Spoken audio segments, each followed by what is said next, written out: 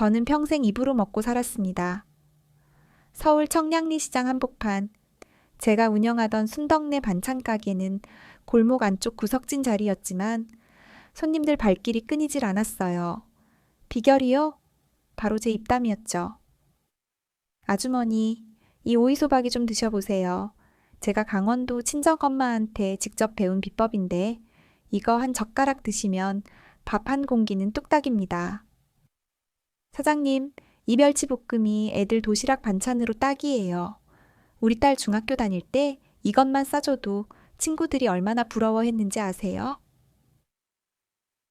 말을 얹고 또 얹어서 1,000원짜리 반찬을 2,000원어치처럼 만드는 게 제 재주였습니다. 옆 가게 선옥이가 순덕이 언니는 장사가 아니라 만담을 하는 거 아녀? 라고 놀릴 정도였으니까요. 시장 사람들은 모두 제 이야기를 좋아했습니다. 손님이 멸치 한 봉지를 사러 와도 저는 그 멸치가 어디서 잡힌 건지, 어떻게 말린 건지, 어떤 요리에 넣으면 제일 맛있는지를 줄줄이 늘어놓았어요. 손님들은 웃으며 순덕 씨 말 들으니까 더 사고 싶어지네 하곤 했죠. 그런데 그해 가을 제 옆빈 점포에 새 가게가 들어왔습니다. 간판도 제대로 없이 작은 나무 판때기에 밑반찬이라고만 적혀 있었어요. 주인은 40 중반쯤 되어 보이는 얼굴 한쪽에 화상 자국이 있는 여자였습니다. 안녕하세요. 옆에서 장사하게 됐습니다. 그 여자는 인사를 하고는 고개만 꾸벅 숙였습니다. 제가 어머, 어디서 오셨어요? 반찬은 뭐 주로 하세요? 장사 처음이세요? 가족은 몇 식구세요?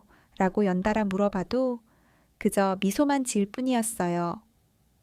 이상했습니다. 장사꾼이 말이 없다니요. 시장에서 장사하려면 입이 10개라도 모자란다는데 저 여자는 하루 종일 입을 꾹 다물고 있었어요. 더 이상한 건 그 다음부터였습니다. 그 여자 가게로 손님들이 하나둘 모이기 시작한 겁니다. 말도 없고 호객행위도 없는데 말이죠. 저는 처음엔 호기심 때문이겠거니 했어요. 새 가게니까 한 번쯤 구경하러 가는 거겠지. 그런데 일주일이 지나도 한 달이 지나도 그 집 손님이 계속 늘어나는 거예요. 저기 새로 온 집 시금치 나물 드셔봤어? 뭔가 달라.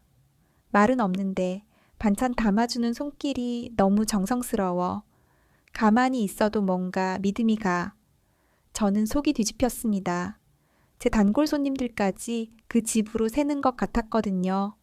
말도 안 되는 일이었어요. 장사는 입으로 하는 건데 어떻게 말도 없이 장사가 되는 거죠? 어느 날 저는 일부러 그 여자 가게 앞을 지나가며 큰 소리로 말했습니다. 아이고, 장사는 말빨이지. 요즘 사람들 뭘 모르나 봐. 장사꾼이 말이 없으면 어떻게 해. 옆 가게 선옥이도 맞장구 쳤습니다. 그러게 말이야. 손님들한테 설명도 안 해주고 어떻게 장사를 하는 건지. 그 여자는 제 말을 듣고도 그저 걸레로 진열대를 닦고 있었습니다. 무, 당근, 파를 다듬는 손길은 느리지만 조심스러웠어요. 마치 누군가에게 편지를 쓰듯이요. 그러던 어느 겨울날 제게 큰일이 생겼습니다. 목감기가 심해져서 급성 후두염이 왔어요. 병원에 가니 의사 선생님이 심각한 얼굴로 말했습니다. 일주일은 절대 말하면 안 됩니다. 성대가 많이 상했어요. 더 무리하면 목소리를 영영 잃을 수도 있습니다. 장사꾼한테 말을 못하게 하다니요. 제겐 사형 선고나 다름없었습니다. 저는 입으로 먹고 사는 사람이었거든요. 어쩔 수 없이 저는 종이에 글씨를 써서 손님들과 소통했어요. 가격, 재료, 조리법 전부 손으로 적었습니다. 처음엔 손님들이 어리둥절해했어요. 사장님, 왜 말을 안 해요? 어디 아프세요? 저는 고개를 끄덕이며 종이에 목이 아파서요 라고 썼습니다. 그런데 이상한 일이 벌어지기 시작했습니다. 사장님, 아파서 말 못하시는구나. 그래도 이렇게 나와서 장사하시는 거 보니 대단하세요. 순덕 씨, 이거 드세요. 목에 좋은 배숙이에요. 우리 남편이 감기 걸렸을 때 먹고 좋아졌어요. 사장님, 무리하지 마세요. 우리야 조금 기다려도 괜찮아요. 평소에는 바쁘다며 후딱 사가던 손님들이 제 앞에서 천천히 걸음을 멈추기 시작했습니다. 제가 정성스레 반찬을 담아주는 모습을, 무 썰고 파 다듬는 손길을, 진열대를 닦는 모습을 유심히 보더라고요. 어느 단골 할머니가 말했습니다. 순덕 씨, 평소엔 몰랐는데 오늘 보니까 손길이 참 곱네. 말은 못해도 마음은 다 보여. 그 말을 듣는 순간 가슴이 뜨끔했습니다. 사흘째 되던 날 한 젊은 아주머니가 왔어요. 늘 급하게 반찬만 사가던 분이었는데 그날은 제 앞에 한참을 서 있더니 물었습니다. 사장님, 혹시 이 무생채는 언제 만드신 거예요? 저는 종이에 오늘 새벽이에요 라고 썼습니다. 그럼 이 콩나물은요? 어제 저녁이요. 시금치 나물은요? 오늘 아침이요. 그 아주머니는 한참을 진열대를 바라보다가 말했습니다. 제가 몇 년 동안 여기서 반찬을 샀는데 사장님이 이렇게까지 신경 써서 만드신 줄 몰랐어요. 그동안 사장님 말씨만 듣고 샀지 정작 반찬을 제대로 본 적이 없었네요.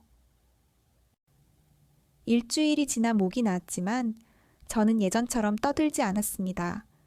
대신 옆집 그 여자를 유심히 관찰했어요. 그녀는 새벽같이 나와서 진열대를 정리하고 손님이 오면 눈을 마주치며 고개를 숙였습니다.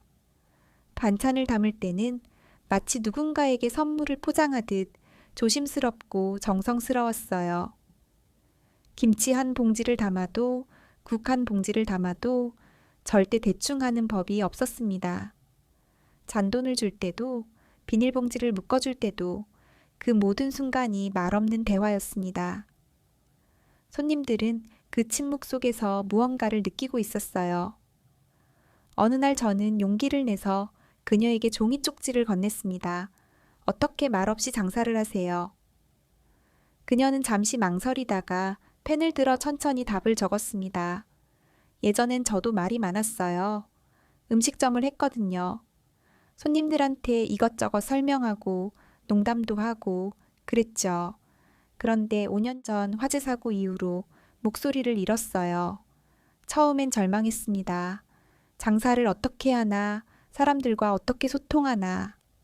그런데 시간이 지나니 알게 됐어요. 뭘요?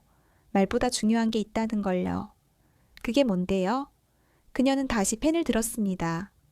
지금 이 순간 이 사람 앞에 온전히 있는 것. 손님의 눈을 보고 손님의 마음을 느끼고 그 마음에 맞춰 반찬을 담아주는 것. 말은 때때로 거짓이 될 수 있지만 손길은 거짓말을 못해요. 그 순간 저는 깨달았습니다. 제가 평생 입으로 포장했던 것들을 그녀는 침묵 속에서 진짜로 건네고 있었다는 걸요. 제가 말로 정성을 설명할 때 그녀는 정말로 정성을 다하고 있었던 겁니다. 저는 그날 밤 잠을 못 이뤘습니다. 제가 장사하며 쏟아낸 그 수많은 말들이 사실은 제 진심을 가렸던 건 아닐까 하는 생각이 들었거든요. 그 후로 저는 장사 방식을 바꿨습니다. 손님이 오면 먼저 눈을 봤어요. 피곤해 보이면 오늘 힘드셨죠? 라고 묻는 대신 따뜻한 보리차를 한 잔을 건네줬습니다. 말없이요. 아이 도시락 반찬을 사러 온 엄마에게는 애들이 좋아해요 라는 말 대신 반찬을 조금 더 푸짐하게 담아줬어요. 그리고 조용히 미소를 지었죠. 노인 손님이 오시면 반찬을 담은 봉지를 두 손으로 공손히 건넸습니다. 조심히 가세요 라는 말 대신에요. 그랬더니 신기하게도 손님들이 더 오래 머물렀습니다. 순덕 씨, 요즘 뭔가 달라졌어. 말은 줄었는데 마음이 더 느껴져.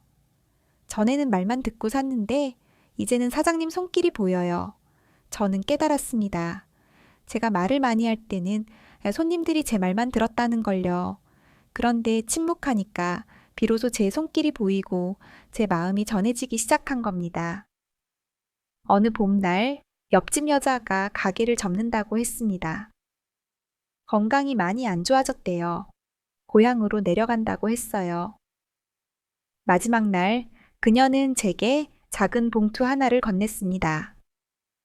안에는 정성스럽게 쓴 손편지가 들어 있었어요. 순덕 씨, 옆에서 장사하는 동안 정말 많이 배웠습니다. 처음엔 당신의 밝은 말소리가 부러웠어요. 저는 그럴 수 없으니까요. 시장에 올 때마다 당신의 웃음소리가 들렸고 손님들과 주고받는 대화가 들렸어요. 저는 그게 너무 부러웠습니다. 그런데 시간이 지나니 알았어요. 당신 안에 침묵이 자라나는 걸요. 그 침묵이 당신을 더 아름답게 만들었어요.